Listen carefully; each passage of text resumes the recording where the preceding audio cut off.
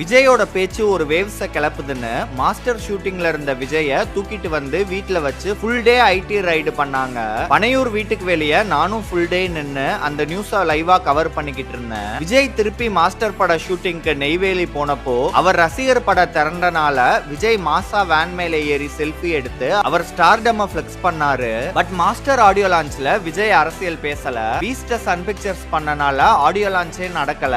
வாரிசு ஆடியோ லான்ச்லயும் விஜய் அரசியல் பேசாம அவர் ஃபேன்ஸை என்டர்டெயின் பண்ற வேலையை மட்டும் செஞ்சுட்டு போனாரு. விஜய் ரைடுக்கு அப்புறம் பயந்துட்டாரு போல. படத்துலயும் அரசியல் இல்ல, மேடை பேச்சுலயும் அரசியல் இல்ல. அரசியல் பேசாதனால படமும் பெருசா ஓட மாட்டுதுன்னு நிறைய விமர்சனம் வந்துச்சு. ஆனா விஜய் உண்மையிலேயே பயப்படல.